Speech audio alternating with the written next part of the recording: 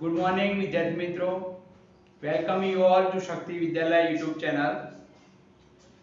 Today we are learn in science and technology. વિદ્યાર્થી મિત્રો, આજે આપણે વિજ્ઞાન અને ટેકનોલોજીની અંદર જે ધોરણ 8 ની અંદર પાક અને ઉત્પાદનની અને વ્યવસ્થાપન આવે છે એ પાઠની વિસ્તૃતમાં ચર્ચા કરીશું.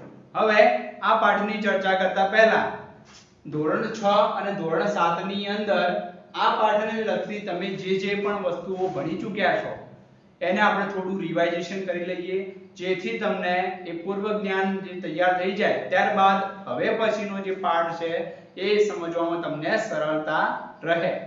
હવે એ પાઠ ચાલુ કરતા પહેલા આપણે અગાઉ ધોરણ 6 ની અંદર વાત કરી હતી કે ખોરાક ક્યાંથી મળે છે.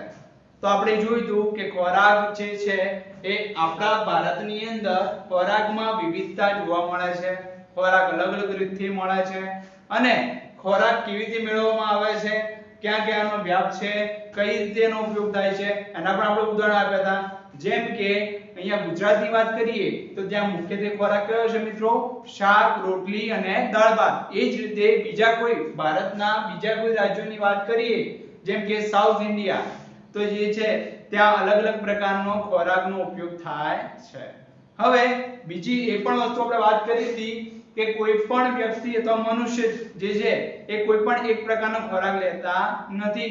કેટલાક પ્રાણીઓ હોય કે તૃણાહારી હોય છે, કેટલાક પ્રાણીઓ માંસાહારી હોય છે, જ્યારે કેટલાક પ્રાણીઓ મિશ્રાહારી હોય છે. એ પણ આપણે ચર્ચા કરી હતી કે જે પ્રાણીઓ હોય છે, જે સજીવ હોય છે એ અલગ અલગ રીતે ખોરાક મેળવે છે અને પોતાનું ગુજરાન ચલાવે છે અથવા તો વૃદ્ધિ પામે છે. ત્યારબાદ આપણે એ પણ જોયું હતું કે ખોરાક ક્યાંથી મળે છે, એના સિવાય કયા બે સ્ત્રોતો દ્વારા મળે છે. તો ખોરાક જે છે એ બે સ્ત્રોતો દ્વારા મળે છે. કયા બે સ્ત્રોતો? તો પ્રાણીઓ અને વનસ્પતિ. તો પ્રાણીઓ દ્વારા જે મળે છે એને માંસાહારી કહેવામાં આવે છે અને વનસ્પતિ દ્વારા મળે છે એને તૃણાહારી કહેવામાં આવે છે.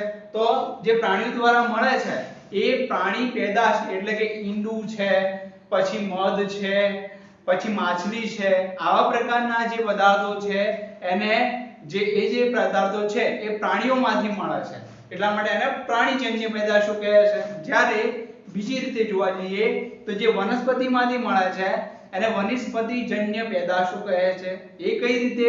તો તમે જોતા હશો કે વનસ્પતિનો ઉપયોગ આપણે કઈ રીતે કરીએ છીએ? તો શાકભાજી હોય છે, શાકભાજીમાં કઈ લઈ શકાય? તો ટામેટું છે, બીટ છે, ગાજર છે, મૂળો છે, કાકડી છે.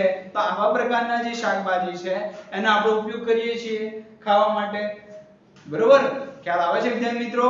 તો આ જે પદાર્થોનો આપણે ખાવા માટે ઉપયોગ કરીએ છીએ. જ્યારે પ્રાણી તરીકે કયું? તો ઈંડું છે, માછલી છે, મધ છે, આ બધા પદાર્થો છે જે આપણને પ્રાણીમાંથી મળે છે, એટલા માટે આપણે એને પ્રાણીજન્ય પેદાશો કહે છે. હવે આ રીતે અલગ અલગ ખોરાકની આપણે વાત કરી હતી, પરંતુ બે પ્રકારના બંને ખોરાક લેતા હોય તો એવા પ્રાણીઓ કેવા? તો એવા પ્રાણીઓને મિશ્રાહારી પ્રાણીઓ કહે છે. અને મિશ્રાહારી પ્રાણીઓ એટલે શું? તો બંને પ્રકારનો, એટલે કે જે તૃણાહારી પણ લેતા હોય અને માંસાહારી પણ લેતા હોય એવા પ્રાણીઓને આપણે શું કહીશું? મિશ્રાહારી પ્રાણીઓ. માંસમાં બીજા કોઈ પ્રાણીની વાત કરવી હોય જે પ્રાણીજન્ય પેદાશો, તો વાઘ છે, વરુ છે, સિંહ છે, દીપડો છે, ચિત્તો છે, આ પ્રકારના જે પ્રાણીઓ છે એ માંસ ઉપર આધારિત છે. મતલબ કે એ બીજા કોઈ પ્રાણીનું ભક્ષણ કરી અને પછી પોતાનો ખોરાક મેળવે છે. તો આવા જે પ્રાણીઓ હોય છે એને આપણે માંસાહારી પ્રાણીઓ કહીશું. ત્યારબાદ આપણે જોયું હતું કે વનસ્પતિમાં પોષણ કઈ રીતે હોય છે. તો આપણે એ પણ ચર્ચા કરી હતી કે વનસ્પતિમાં પોષણ વનસ્પતિ અલગ અલગ રીતે મેળવે છે. સૌપ્રથમ તો વનસ્પતિ છે એ સૂર્યપ્રકાશની હાજરીમાં પોતાનો ખોરાક બનાવે છે. ક્યાં બનાવે છે? તો પર્ણમાં. એ પર્ણને પોતાનું રસોડું તરીકે ઉપયોગમાં લે છે અને જે સૂર્યપ્રકાશ વડે એ પોતાનું જે પ્રકાશ સંશ્લેષણની ક્રિયા છે એ કરે છે અને પોતાનો ખોરાક મેળવે છે અને પોતાના પોષક તત્વો પૂરા પાડે છે. ત્યારબાદ ધોરણ 7 ની અંદર તમે એ પણ જોયું હશે કે કોઈ પણ પ્રકારનો સજીવ હોય તો એ ખોરાક મેળવવા માટે એને મૂળભૂત પાયાના એકમો જરૂર હોય છે. તો મૂળભૂત પાયાનો એકમ કયો? કોષ. આપણે એ પણ જોયું હતું કે હવે કોષ છે, બરોબર, તો એને યોગ્ય પ્રમાણમાં પોષણ મળી રહે એ માટે એને પોષક દ્રવ્યોની જરૂર પડે છે. કયા? તો કાર્બોદિત છે, સ્ટાર્ચ છે, આ બધા પ્રકારના જે પદાર્થો છે એ પ્રાણીને ખોરાકમાંથી મળે છે. ખોરાકમાંથી એ પોતાના પદાર્થો મેળવે છે અને પોતાનું જે પોષક તત્વો છે, વિટામિન્સ છે એ લે છે અને પોતાની વૃદ્ધિને આણે છે. ત્યારબાદ આપણે જોયું હતું કે પદાર્થો છે અથવા જે પ્રાણીઓ જે છે એ પોતાનો ખોરાક કઈથી મેળવે છે, તો એ પોતાનો ખોરાક જે છે એ યોગ્ય રીતે જે પોતાનો જે ખોરાક લેતા હોય છે એ પ્રમાણમાં જેમ કે કોઈ તૃણાહારી હોય તો એ જંગલમાં રહેશે, તૃણાહારીનો ઉપયોગ કરશે. બીજા કોઈ પ્રાણીઓ હોય વાઘ, વરુ, સિંહ, ચિત્તો છે તો એ બીજા કોઈ એનાથી નાના પ્રાણીનું ભક્ષણ કરી અને પોતે ખોરાક મેળવવાનો પ્રયત્ન કરશે. ત્યારબાદ હવે આપણે આજે અભ્યાસ કરીશું ધોરણ 8 ની અંદર વિષય વિજ્ઞાનની અંદર પાક ઉત્પાદન અને વ્યવસ્થાપન. હવે તમે જોયું હશે કે ખોરાકની વાત કરી આપણે, ખોરાક પહેલા તો પાક દ્વારા મળે છે. જે આપણે પાક, અનાજ, ધાન્યો જે ઉગાડીએ છીએ, ઘઉં, બાજરી, ડાંગર, આ બધા જે પદાર્થો છે એ આપણને ક્યાંથી મળે છે? પાકમાંથી મળે છે. તો પાક જે છે એનું આપણે કઈ રીતે ઉત્પાદન કરીએ છીએ અને કઈ રીતે એને વ્યવસ્થાપન કરીએ છીએ, મતલબ કે કઈ રીતે આયોજન કરીએ છીએ. શા માટે આયોજન કરવું પડે છે? કારણ કે દરેક પ્રકારના પ્રાણીઓ તથા સજીવો એક પ્રકારનો ખોરાક લેતા નથી. ઉદાહરણ તરીકે જે અલગ અલગ રાજ્યોમાં રહે છે ત્યાં અલગ અલગ પ્રકારનો ખોરાક છે. કેટલાક માછલી પણ ખાતા હોય, કેટલાક ઈંડાનો ઉપયોગ પણ કરતા હોય, કેટલાક ભાતનો ઉપયોગ કરતા હોય, કેટલાક ચોખાની વસ્તુનો ઉપયોગ કરતા હોય, કેટલાક ઘઉંની વસ્તુનો ઉપયોગ કરતા હોય. એમ અલગ અલગ રાજ્યોમાં ખોરાકમાં પણ વિવિધતા જોવા મળે છે. તો એના માટે વ્યવસ્થાપન હોવું જોઈએ, નહીં તો દરેકને ખોરાક પૂરતી માત્રામાં મળી રહેશે નહીં. બીજી એક ખાસ સમજવા જેવી વસ્તુ એ છે કે દરેક વ્યક્તિ, દરેક સજીવ જો એક જ પ્રકારનો ખોરાક લેવાનો પ્રયત્ન કરશે તો એને મળશે નહીં. કારણ કે ધારો કે ઘઉં છે તો હવે બધા જ સજીવો છે જે પૃથ્વી પરના એક ફક્ત અને ફક્ત ઘઉંનો જ ઉપયોગ કરશે તો એ ઉપયોગી થશે નહીં. કેમ? કારણ કે ઘઉં છે એ એટલી માત્રામાં ઉપજતા નથી તો દરેકને યોગ્ય રીતે મળી શકે નહીં. તો એ પણ એક બેટર વસ્તુ છે કે કેટલાક લોકો જે છે એ ઈંડા ખાય છે, માછલી ખાય છે તો એ અલગ ખોરાક લે છે ત્યારે આપણને ઘઉં પૂરતી માત્રામાં મળી રહેશે. કારણ કે એનો વ્યાપ જો વધુ થઈ જાય તો યોગ્ય માત્રામાં દરેકને દરેક વસ્તુ સમતોલ આહારમાં મળી શકે નહીં. બીજું પોષણની વાત આવે એટલે સમતોલ આહારની વાત આવે જ. સમતોલ આહાર કઈ રીતે? તો દરેક પ્રકારનો ખોરાક લેવો જોઈએ જેમાંથી આપણે પ્રોટીન, કાર્બોહાઈડ્રેટ, કાર્બોદિત, ચરબી, સ્ટાર્ચ, પ્રોટીન આ પ્રકારના દરેક તત્વો સંપૂર્ણપણે મળી રહે જેથી આપણું જે ન્યુટ્રિશન છે આપણા શરીરનું એ આપણે યોગ્ય માત્રામાં જાળવી રાખીએ છીએ. હવે ઘણીવાર તમે જોતા હશો કે લોકો ન્યુટ્રિશનિસ્ટ મતલબ કે ડોક્ટર્સને હાયર કરે છે પોતાના પોષણના ચાર્ટ બનાવવા માટે. એક ચાર્ટ બનાવે છે કે આ પ્રમાણે આ વસ્તુ સવારે સલાડ લેવું જોઈએ, ત્યારબાદ સૂપ પીવો જોઈએ, ત્યારબાદ આ ખોરાક લેવો જોઈએ, આમાં વધુ પૌષ્ટિક આહાર છે, આ રીતે આમાં વસ્તુ આ વિટામિન છે તો આ વસ્તુ વધારે પ્રમાણમાં એને મળી રહેશે તો એ પ્રમાણે લેશે. ઉદાહરણ તરીકે ઘણીવાર ડોક્ટર આપણને એમ કહે છે કે તમારે ખારું ખાવાની જરૂર છે. હવે એવું વળી કેમ? તો આપણા શરીરમાં એક પદાર્થ આવે છે NaCl જેને કહેવાય સોડિયમ ક્લોરાઇડ. NaCl. હવે આ જે છે એ મીઠાનું રાસાયણિક સૂત્ર છે. એનું શું છે? રાસાયણિક નામ છે તો બરોબર. હવે NaCl નો શું થાય? તો NaCl માં બે ભાગ પડે છે Na+Cl. હવે Na એટલે સોડિયમ અને Cl એટલે ક્લોરાઇડ. હવે જ્યારે આ બે પ્રકારના સોડિયમ અને ક્લોરાઇડ આ બે પ્રમાણેના બે તત્વોની જરૂર જ્યારે શરીરમાં સર્જાય છે ત્યારે ડોક્ટર તમને એમ કહેશે કે તમારે વધુ પડતા મીઠાવાળું અથવા સલાડ જે મીઠાવાળું છે એવું ખાવાનું તમે વધારે પડતું પ્રાયોરિટી રાખો જેથી તમારા શરીરના અંદર યોગ્ય માત્રામાં જે સોડિયમ ક્લોરાઇડ છે એ મળી રહે અને તમને યોગ્ય રીતે તમને તમારે જે સચવાઈ રહે બધી જ પ્રકારનું. ત્યારબાદ હવે આપણે આગળ ચર્ચા કરીશું. તો આગળ ચર્ચા કરતા પહેલા આપણે હવે પાઠને જોઈએ કે પાક ઉત્પાદન અને વ્યવસ્થાપન. તો પહેલા આપણે પાક માટે ચર્ચા કરીએ. તો પાક એટલે શું? તો કોઈ એક પ્રકારનું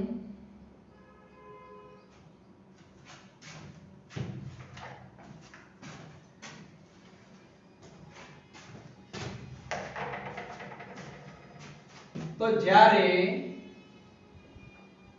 કોઈ એક પ્રકારના છોડને બહુ બધી મોટી જમીન પર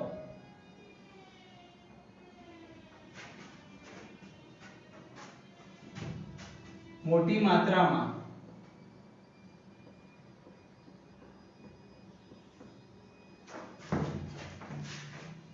ઉગાડવામાં આવે છે,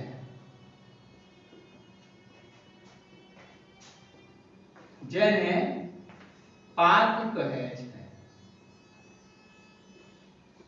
વિદ્યાર્થી મિત્રો, આપણે પાકની ચર્ચા કરી રહ્યા છીએ. તો જ્યારે કોઈ પણ એક પ્રકારના છોડને વધુ માત્રામાં એને ઉગાડવામાં આવે અને બહુ બધી જમીન ઉપર, મતલબ કે મોટી માત્રામાં, સોરી એ ભૂલ છે, મોટી માત્રામાં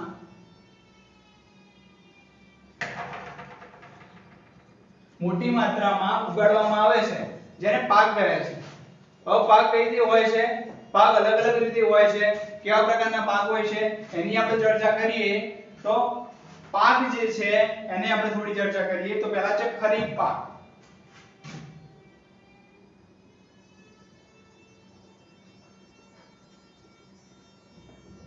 પાક કેવા પ્રકારનો પાક છે? તો અહીંયા લખી શકીએ કે વરસાદની, એટલે કે ચોમાસાની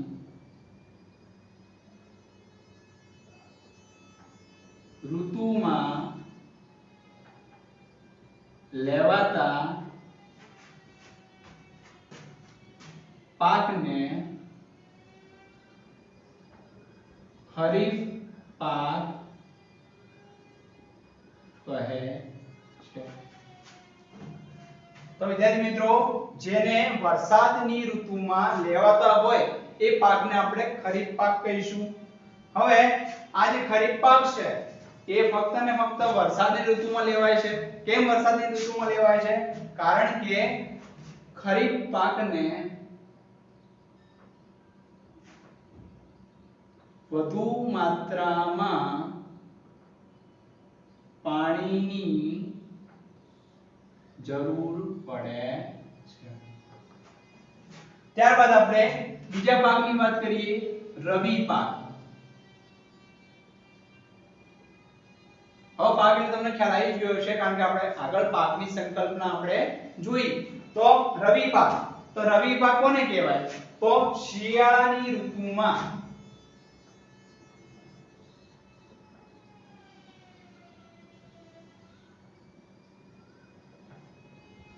લેવાતા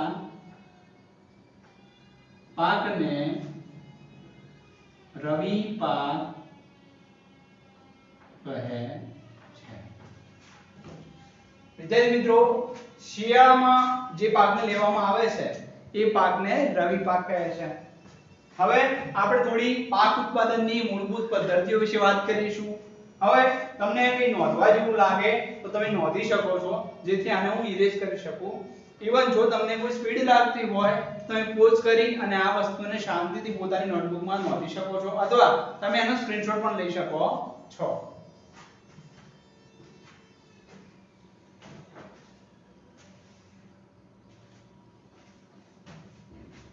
હવે અહીંયા હું મૂકી દઉં છું. ત્યારબાદ હવે આપણે પાક ઉત્પાદનની મૂળભૂત પદ્ધતિઓની વાત કરીશું, ચર્ચા કરીશું.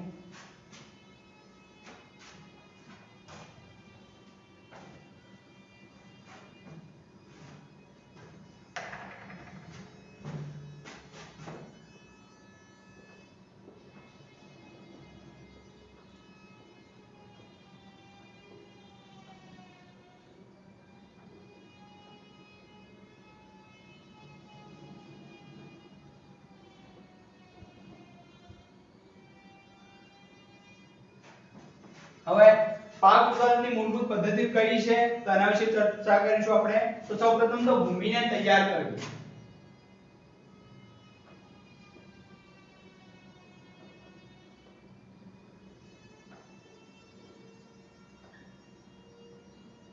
વિદ્યાર્થી મિત્રો, સૌપ્રથમ ભૂમિને તૈયાર કરી એની વાત કરીએ તો જે ભૂમિ છે એ યોગ્ય, પહેલા તો વસ્તુ આપણે જોવી જોઈએ કે ભૂમિ છે એ યોગ્ય પાક લેવા માટે સાર્થક છે કે નહીં, મતલબ કે ફળદ્રુપ છે કે નહીં. તમે જોઈ શકતા હશો કે કેટલીક જે જમીન હોય છે એ યોગ્ય હોતી નથી. કેમ? કારણ કે એમાં યોગ્ય પ્રકારના જે તત્વો જોઈએ એ હોતા નથી, જેથી છોડને પૂરતા પ્રમાણમાં જે તત્વો મળવા જોઈએ એ મળતા નથી. પરિણામે છોડ છે એ સારી રીતે પરિપક્વ થતો નથી, મતલબ કે ઇનમેચ્યોર રહે છે. અને ઇનમેચ્યોર રહેવાના લીધે એના પર જે વસ્તુ મળવી જોઈએ એ વસ્તુ યોગ્ય રીતે, યોગ્ય પ્રમાણમાં, સંપૂર્ણ રીતે પરિપક્વ મળતી નથી, જેને કહેવાય કે પાકને નુકસાન ગયું છે એવું પણ કહે છે. અને યોગ્ય પાણી ના મળે, યોગ્ય ખાતર ના મળે તો ઘણીવાર એ પાક છે એ યોગ્ય રીતે ઉગી શકતો નથી. ત્યારબાદ બીજી વાત કરીએ તો એ છે રોપણી. સૌપ્રથમ તો પહેલા ભૂમિને તૈયાર કરી, ત્યારબાદ એમાં રોપણી કરવામાં આવે છે. તો રોપણી કેવી રીતે કરવી એ પણ એક જરૂરી છે. રોપણી કરતા પહેલા નિંદામણને હટાવવામાં આવે છે.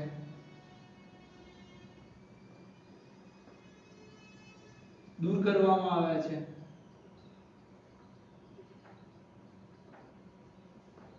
હવે આ નિંદામણ એટલે શું? આ નવો શબ્દ આવ્યો. તો વિદ્યાર્થી મિત્રો, જ્યારે પણ ખેતરમાં કોઈ ખોરાક અથવા જે વનસ્પતિ અથવા જે છોડ છે, જે પાક છે, એને લેવા માટે એને ઉગાડવામાં આવે છે, ત્યારે થોડા સમય બાદ, ઉગાડ્યા બાદ એને યોગ્ય રીતે સિંચાઈ દ્વારા પાણી આપવામાં આવે છે સમયાંતરે. ત્યારે એની આજુબાજુ કેટલાક ન કામની જે ઘાસ ઉગી જાય છે એને આપણે નિંદામણ કહીશું. હવે કેમ? તો નિંદામણ પણ સમયાંતરે લેવું પડશે, કારણ કે જે નિંદામણ આપણે લઈશું નહીં તો પાકને એ નુકસાન પહોંચાડશે. પાકને જે મળતા પોષક તત્વો છે એ બહુ ઓછા થઈ જશે. કેમ? કારણ કે એમાં જે ભાગ પડે છે એટલા માટે એ યોગ્ય રીતે ઉગી શકશે નહીં. તો આ ખાસ વસ્તુ છે.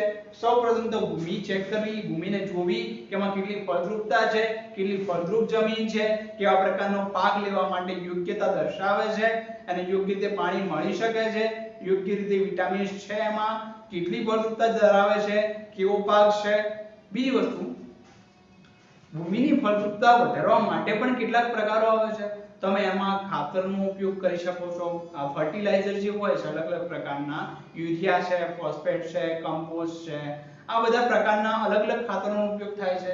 તો આ ખાતરનો ઉપયોગ થાય છે, તેમ છતાં વરસાદમાં પણ કેટલાક એવા તત્વો હોય છે જે યોગ્ય રીતે મળી જાય છે અને પરિણામે જે જમીનને છે યોગ્ય રીતે ફળદ્રુપ બનાવે છે અને સારી રીતે ખોરાક લેવા માટે અથવા પાક લેવા માટે એને સાર્થક બનાવે છે.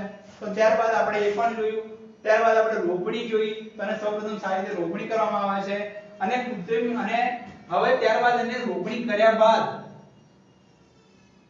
કુદરતી અને કૃત્રિમ રીતે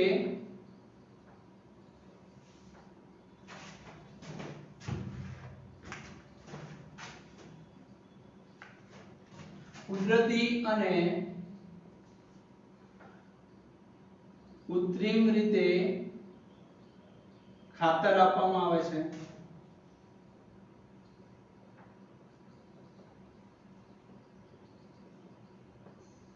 હવે કુદરતી અને કૃત્રિમ શું, એની થોડી સંકલ્પના વિશે વાત કરીએ. તો કૃત્રિમ એટલે કે આર્ટિફિશિયલ. આર્ટિફિશિયલ કઈ રીતે? તો જે પાક જે છે અથવા જે ખાતર છે એને માણસ દ્વારા અલગ અલગ રીતે, અલગ અલગ પેરામીટર્સ દ્વારા એનામાંથી પસાર કરી અને બનાવવામાં આવતું જે ખાતર છે એને આપણે કૃત્રિમ ખાતર કહીશું. જ્યારે કુદરતી ખાતર કયું? તો જે કુદરત તરફથી મળે છે. જેમ કે આ જે છાણ છે, ભેંસ છે, ગાય છે, એનું જે છાણ છે, જે પોલો હોય છે, એનો ઉપયોગ કરીએ છીએ ખાતર તરીકે, તો એને કહેવાય કુદરતી. તો આ પ્રકારના બે ખાતરો હોય છે જેને યોગ્ય રીતે, યોગ્ય માત્રામાં નાખવામાં આવે છે, ત્યારે પાકને સંપૂર્ણ રીતે બધી જ વસ્તુ મળી રહે છે અને એને ઉગવામાં સરળતા રહે છે. તો એની વાત કરી આપણે, એની ચર્ચા કરી. ત્યારબાદ બીજી કઈ વસ્તુ રાખવા જેવી વસ્તુ હોય છે તો એની પણ આપણે ચર્ચા કરીએ.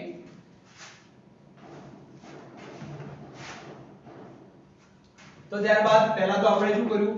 વાવણી કરી દીધી, એ કામ પૂરું થઈ ગયું. ત્યારબાદ એમાં યોગ્ય જે પાક છે એની રોપણી કરી. તો શું કર્યું? એના બાદ આપણે રોપણી કરી. મતલબ યોગ્ય રીતે પાકને રોપ્યો તો રોપતી વખતે આપણને શું નડ્યું હતું? નિંદામણ. તો નિંદામણ દૂર કર્યું આપણે.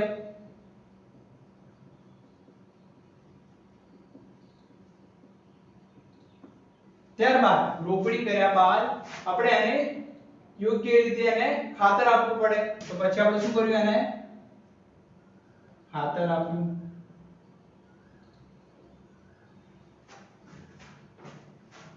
અહીંયા વાવણી કરતા પહેલા સૌપ્રથમ ભૂમિ તો જરૂરી છે, કારણ કે ભૂમિ છે એના વગર કોઈ વસ્તુ થશે નહીં. ભૂમિ યોગ્ય રીતે સાફસફ હોવી જોઈએ, ઉગાડવામાં સારી રીતે તો આપણે સારો એવો પાક લઈ શકીશું. ત્યારબાદ ખાતર આપ્યું. ત્યારબાદ શું કર્યું? તો સિંચાઈ કર્યું.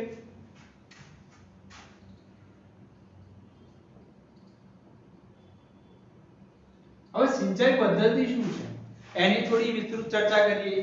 તો જ્યારે પાકને યોગ્ય પ્રમાણમાં સમયાંતરે પાણી આપવામાં આવે છે, જેથી પાણીમાં રહેલા તત્વોને એ યોગ્ય રીતે મેળવી શકે, ન્યુટ્રિશન્સ વિટામિન્સ નો ઉપયોગ કરી અને પોતે પોતાની જે વૃદ્ધિ છે એ સ્થાપવામાં સરળતા રહે, એટલા માટે સિંચાઈ પદ્ધતિ જરૂરી છે. સિંચાઈ પદ્ધતિમાં શું હોય છે? તો સમયાંતરે પાણી આપવામાં આવે છે. પાકને સમયાંતરે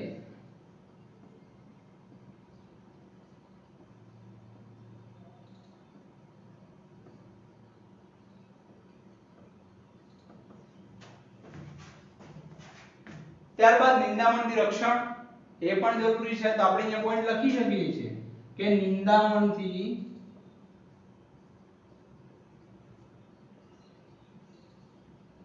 રક્ષણ આપવું. તો એ કઈ રીતે? તો પાકની આજુબાજુ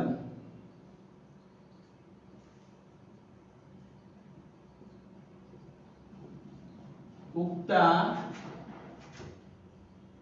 બિનજરૂરી નિંદામણને દૂર કરવું. ત્યારબાદ નિંદામણ છે, ત્યારબાદ એ વસ્તુ જે છે એ યોગ્ય રીતે પાક ઉગી જશે. ત્યારબાદ ખેડૂત શું કરે છે? તો રાહ જુએ છે, વરસાદની રાહ જુએ છે. તો સિંચાઈ દ્વારા સંપૂર્ણ પદ્ધતિ પૂરી કરે છે, પાકને યોગ્ય રીતે ખાતર આપે છે, પાકનું નિંદામણ દૂર કરે છે. ત્યારબાદ તરત જ કઈ પાક ઉગી જતો નથી, એના માટે એને સમયની રાહ જોવી પડે છે. તો સમયની રાહ જોવે છે, ત્યારબાદ પાક ઉગી નીકળે છે.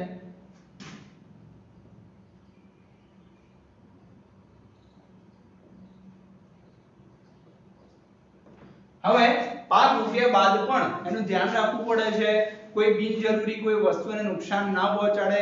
જેમ કે જે ખેતરમાં આવતા અલગ અલગ પ્રાણીઓ છે એનાથી એને ધ્યાન રાખવું પડે છે. ઘણીવાર ખેડૂત શું કરે છે? ખેતરમાં ચાડીઓ પણ ઊભો કરે છે. તો ચાડિયાની મદદથી ઘણા પ્રકારના જે પ્રાણીઓ હોય છે જે પાકને નુકસાન કરતા, અથવા પક્ષીઓ પણ ઘણીવાર એવા હોય છે જે પાકને નુકસાન કરતા હોય છે.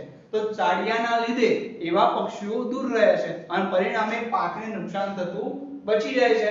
આ બધું પડતું નુકસાન થતું નથી. તો એ પણ ખાસ જોવું પડે છે. ત્યારબાદ પાકને ઉગી નીકળે ત્યારબાદ શું કરવું પડે? એને યોગ્ય રીતે મોટો થવા દેવો પડે.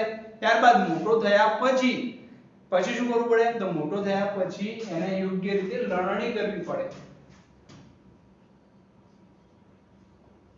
તો લણણી કરવી.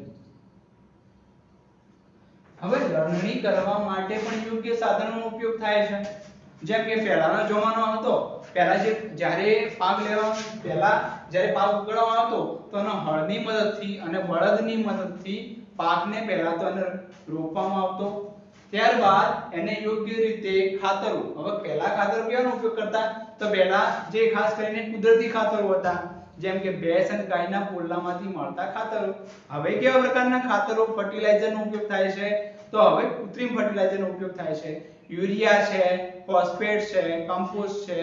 હવે આ નેચરલ કમ્પોસ્ટ ખાતર પણ અલગ અલગ હોય છે. કેટલાક અળસિયા દ્વારા પણ મળતા ખાતર હોય છે, કેટલાક કોઈ છાણ હોય અથવા કોઈ બકરીની લીંડી હોય, એવા અલગ અલગ પ્રકારના પણ છાણનો ઉપયોગ થાય છે, જે જમીનને યોગ્ય રીતે ફળદ્રુપ કરવા સફળતા પામે છે. તો ત્યારબાદ એને લણણી કરવામાં આવે છે. ત્યારબાદ લણણી કર્યા પછી પણ ખાસ એક ખોરાક, એ જે પાક છે એનું ધ્યાન રાખવું પડે છે. કેમ? કારણ કે જેવું આપણે ખેતરમાંથી લણણી કરી અને પાકને લઈ જાય છે એવું તરત પાક વેચાઈ જતો નથી, પાકનો સંગ્રહ કરવા પડે છે. તો શું કરે છે? પાકનો સંગ્રહ કરે છે. હવે પાકનો સંગ્રહ કરવો હોય તો એના માટે પણ યોગ્ય કોલ્ડ સ્ટોરેજ નો ઉપયોગ થાય છે. ઘણા પ્રકારના અલગ અલગ તમે જોતા છો કે આપણા બાજુની આપણું જે સિટી છે પાલનપુર એની બાજુમાં આવેલું છે ડીસા. તો ડીસા છે ત્યાં ઘણા પ્રકારના કોલ્ડ સ્ટોરેજ જોવા મળશે. કેમ? કારણ કે ત્યાં બટાકાની ખેતી સૌથી વધુ પ્રમાણમાં થાય છે.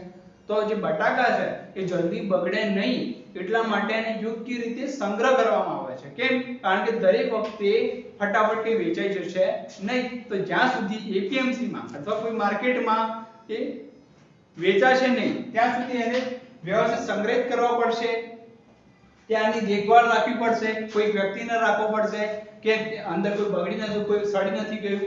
ઘણી વખત શું થાય, એક પાકમાંથી કોઈ પણ એક બટાકું હોય છે એ સડી ગયું હોય તો બાકીના બીજા બટાકાઓને પણ એ નુકસાન પહોંચાડવાની રાખે છે. તો આપણે એ પણ ધ્યાન રાખવું જોઈએ કે પાકમાં કોઈ પ્રોબ્લેમ ન હોય, પાક સડી ન ગયો હોય, અને સડી ગયો હોય તો એને જલ્દી દૂર કરવો જોઈએ જેથી બીજા પાકને નુકસાન પહોંચાડે નહીં. હવે જે આ પાક છે એને સંગ્રહ કર્યા બાદ આપણને એને ખોરાક, દરેક વ્યક્તિ એને ખોરાક તરીકે ઉપયોગમાં લે છે.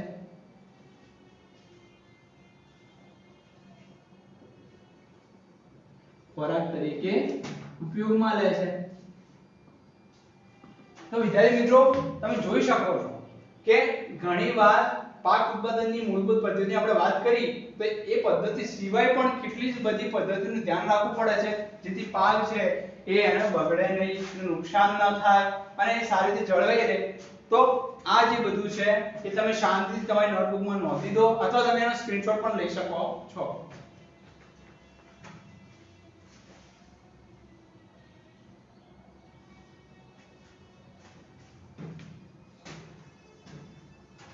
વિદ્યાર્થી મિત્રો તમે બધું જ નોંધી લીધું હશે. હવે આપણે આગળ ચર્ચા કરીએ. એના પહેલા થોડીક વાર આપણે જોઈ લઈએ કે શું શું આપણે ભણ્યા. તો સૌપ્રથમ પાક ઉત્પાદન અને વ્યવસ્થાપનમાં આપણે એની મૂળભૂત પદ્ધતિઓ કઈ છે?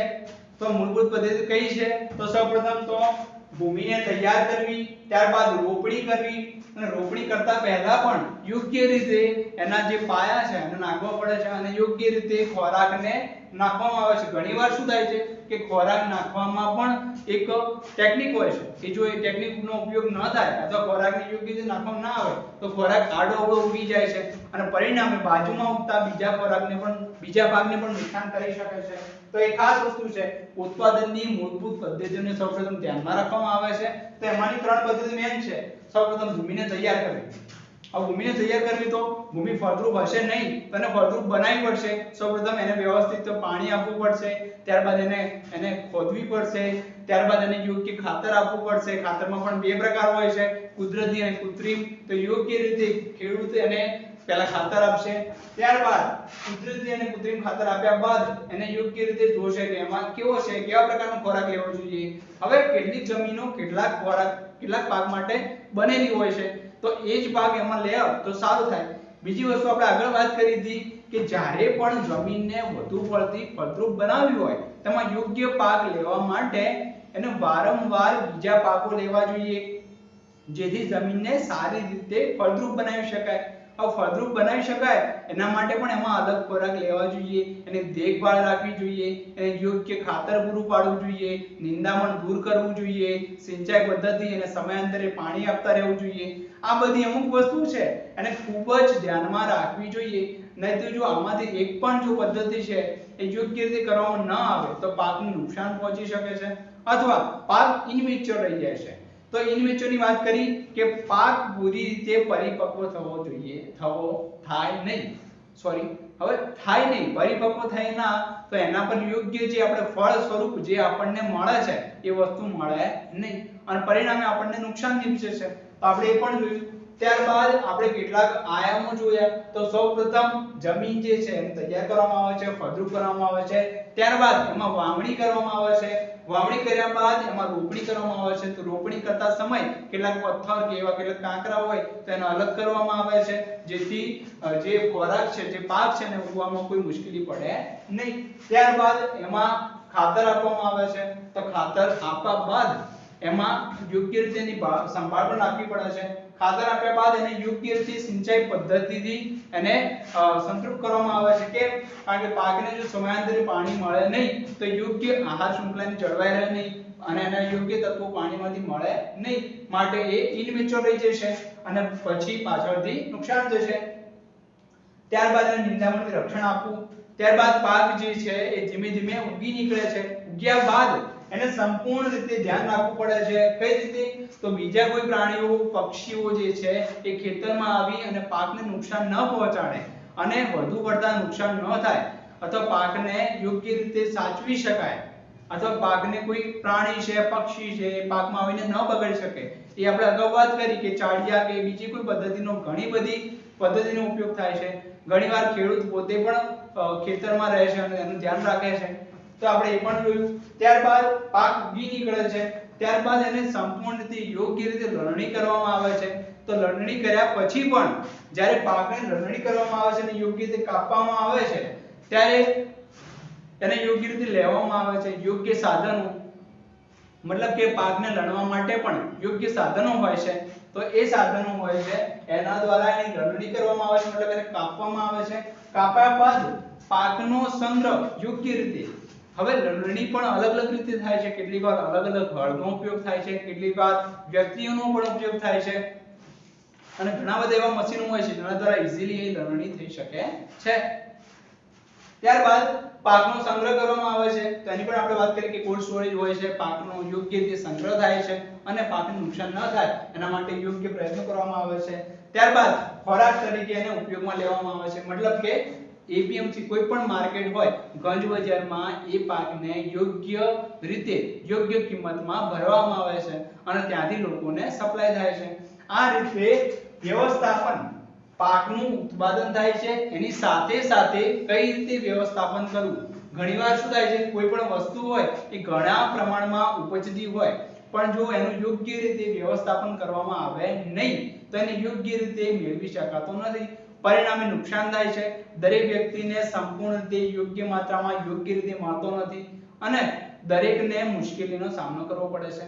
તો પાક સાથે સાથે પાકને વાવ્યા પછી પણ પાકનું ઉત્પાદન કરવામાં આવે છે, એની યોગ્ય રીતે કેર સાચવણી કરવામાં આવે છે, તો એ પણ આપણે જોયું. હવે આ પાઠને આધારિત થોડા પ્રશ્નો છે એની આપણે ચર્ચા કરીએ, જે તમે નોટબુકમાં યોગ્ય રીતે લખી દેજો અને જ્યારે પણ આપણે ઓફલાઈન મળીશું અથવા જ્યારે પણ તમને વિદ્યાર્થીઓને અહીંયા સ્કૂલમાં બોલાવવામાં આવે ત્યારે આપણે આ હોમવર્કને જોઈશું.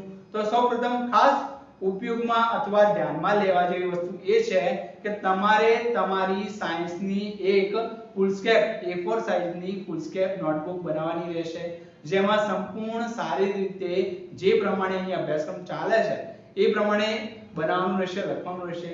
રહી વાત કોઈ મુશ્કેલીની, તો કોઈ પણ આ વસ્તુ કરવામાં તમને કોઈ પણ પ્રકારની જો મુશ્કેલી હશે તો તમે કોન્ટેક્ટ કરી શકો છો, તમે પૂછી શકો છો કે સાહેબ મને આ વસ્તુમાં મુશ્કેલી છે, અહીંયા આ પાઠ છે તો આમાં કયા મુદ્દાઓ નોંધવાના છે અથવા સ્વાધ્યાય લખવાનું છે કે નહીં, પછી ટૂંકા પ્રશ્નો, વિકલ્પો, ખાલી જગ્યાઓ, આ બધું જ પ્રકારનું કઈ રીતે નોંધ કરવાની છે એ પણ તમે માહિતી લેતા રહેજો.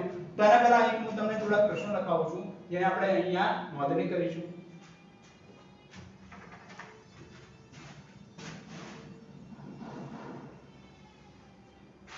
જો તમારે આ વસ્તુનો સ્ક્રીનશોટ લેવો હોય તો તમે થોડા બેક જઈ અને પછી એનો સ્ક્રીનશોટ લઈ શકો છો પોઝ કરીને.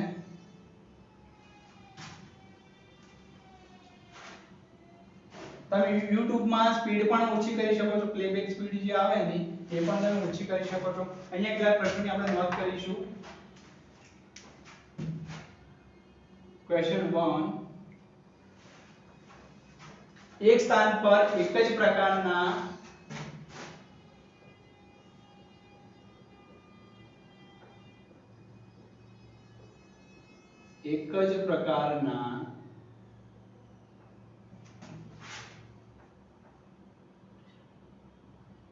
છોડને મોટી માત્રામાં ઉગાડવામાં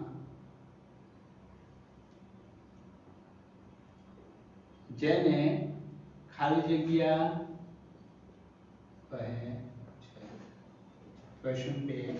હવે આમાં જે આવતા જવાબ છે એ તમે સારી રીતે સ્વચ્છ રીતે તમારી નોટબુકમાં ઉતારી શકો છો. હવે બીજો પ્રશ્ન છે, પાક ઉગાડતા પહેલા પ્રથમ પગલું જમીન ખાલી જગ્યા હોય છે. આપણે અત્યારે જ ભણ્યા પાકને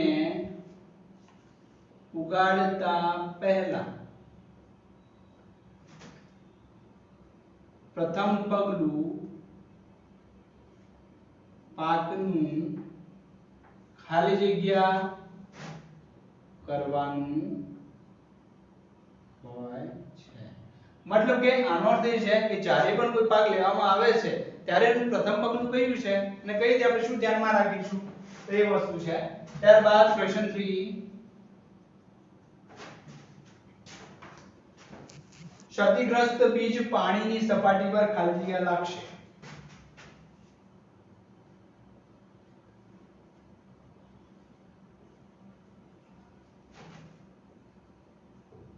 પાણીની સપાટી પર ખાલી જગ્યા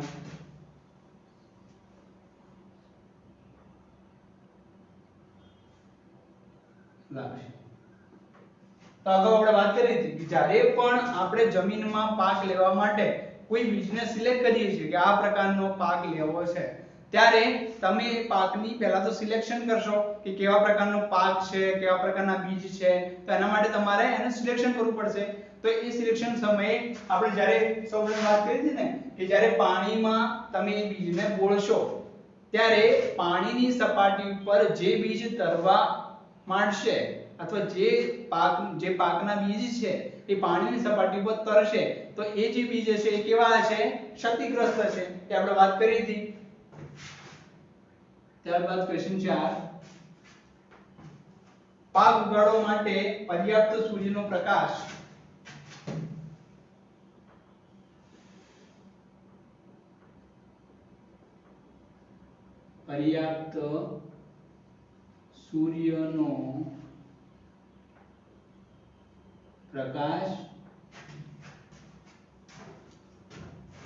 તેમજ જમીનમાંથી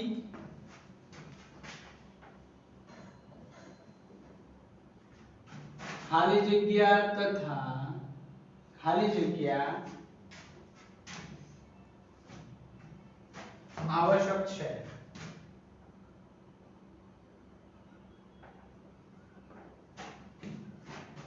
તો આ 4 ક્વેશ્ચન છે. બીજા બે ક્વેશ્ચન તમને અલગ આપું છું.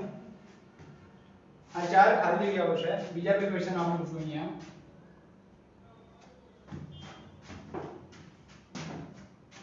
ખરીફ પાકના થોડા ઉદાહરણ આપો. ક્વેશ્ચન 2 છે, રવિ પાકના થોડા ઉદાહરણો આપો. હવે અહીંયા થોડા પ્રશ્નો છે જે મેં તમને અહીંયા દર્શાવ્યા છે બોર્ડ ઉપર.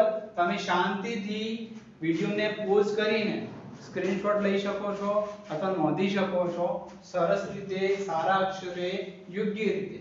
હવે ઘણીવાર શું થાય છે, તૈયારી હોય છે પણ અમને આયોજન હોતું નથી. તો તમને એક ટિપ્સ આપું છું કે જ્યારે પણ તમે કોઈ પણ પ્રકારનું હોય એ આપણો જે હોંશિયો હોય છે એમાં ઉપરની બાજુ મતલબ કે અહીંયા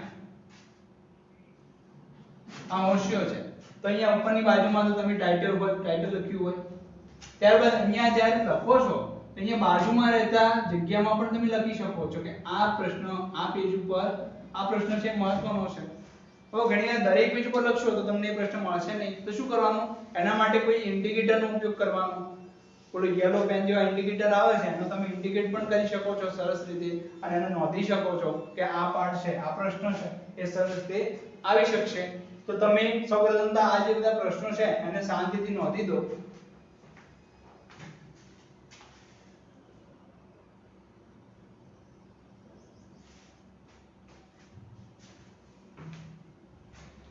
લોકોએ દરેક અહીંયા સ્ક્રીનશોટ લઈ લીધો છે વ્યવસ્થિત પ્રમાણે અહીંયા આ જે અહીંયા કંઈ પણ વસ્તુ નોંધવામાં આવી છે એને સરસ રીતે નોંધેલી હશે બીજી વસ્તુ તમે વિડિયોને ઓછી સ્પીડમાં પણ પ્લેબેક કરી શકો છો if you have to and તમને કોઈ પણ આમાં કોઈ પણ પ્રકારનો પ્રોબ્લેમ હોય કોઈ પોઈન્ટમાં ખબર ન પડી હોય તો પણ તમે કહી શકો છો આપણે એના વિશે ચર્ચા કરીશું જ્યારે પણ મળીશું ત્યારે બીજી વસ્તુ મારું જે નોટબુકનું કાર્ય છે હોમવર્ક છે એ કમ્પલસરી વ્યવસ્થિત સુદૃઢ સારા અક્ષરે લખેલું હોવું જોઈએ જેથી તમને પણ ભવિષ્યમાં જ્યારે આપણે આના યુનિટ ટેસ્ટ ગોઠવીએ અથવા એની કોઈ મોક ટેસ્ટ ગોઠવીએ અથવા એની કોઈ મૂલ્યાંકન કસોટી ગોઠવીએ અથવા યુનિટ વાઇઝ ટેસ્ટ ગોઠવીએ ત્યારે તમને કોઈ પણ પ્રકારની મુશ્કેલી થવી જોઈએ નહીં અને સરસ રીતે તમે શાંતિથી તૈયારી કરી શકો બીજી વસ્તુ